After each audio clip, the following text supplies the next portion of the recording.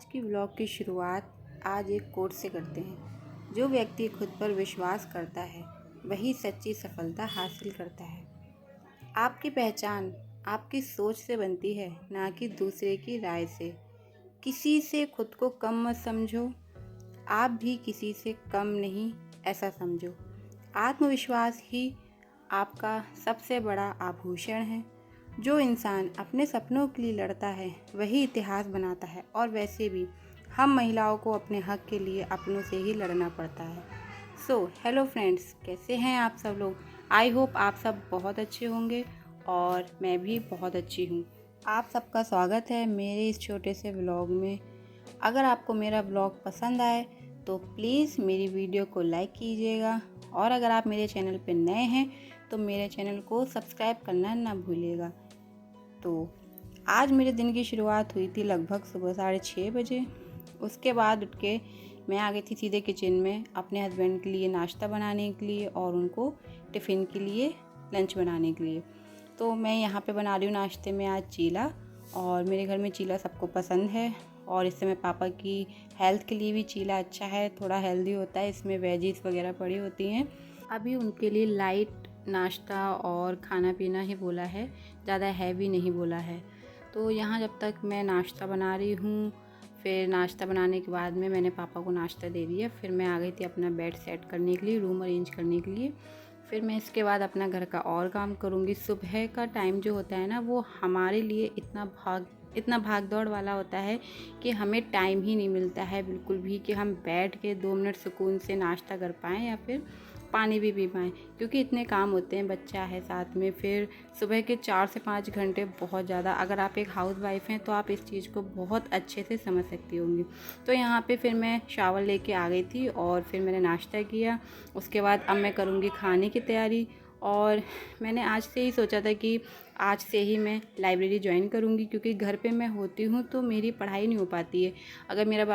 अगर मेरा बेबी 1 घंटे के लिए भी सो गया और मैं सोचती हूँ कि मैं उस टाइम पे पढ़ लूँ, फिर वो उठ जाती है तो फिर वो मुझे पढ़ने नहीं देती है। मेरा कभी पेन लेना, कभी कॉपी लेना, मम्मा पढ़ाई, तिक्कू भी पढ़ाई करेगी, ऐसे करके बोल के, और फिर वो बिल्कुल भी मुझे पढ़ने नहीं देती है। तो मेरा फिर घर में पढ़ाई हो नहीं पाती। फिर मेरा खुद भी मन नहीं करता, उसको देख के मुझे लगता है मैं इसके साथ रहूं। फिर जब उसके साथ रहती हूँ, और आपको पता है अगर आप घर पे हैं तो घर के काम कभी ख़त्म नहीं होंगे।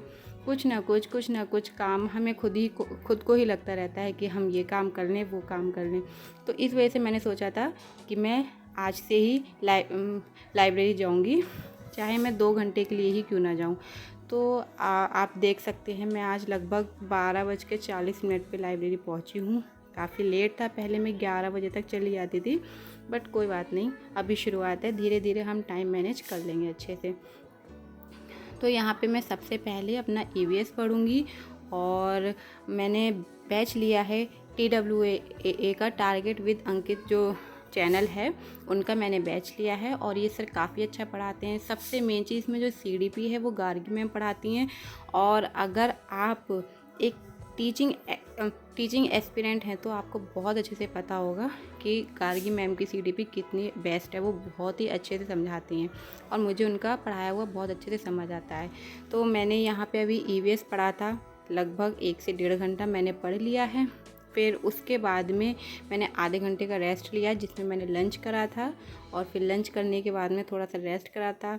फिर उसके बाद मैं अब आ गई दोबारा से यहाँ पे। अब मैं पढ़ूँगी CDP में हमारा जो टॉपिक चल रहा है वो है ग्रोथ एंड डेवलपमेंट, और बहुत ही प्यारा टॉपिक है और मैम ने बहुत अच्छे से इसको समझाया है।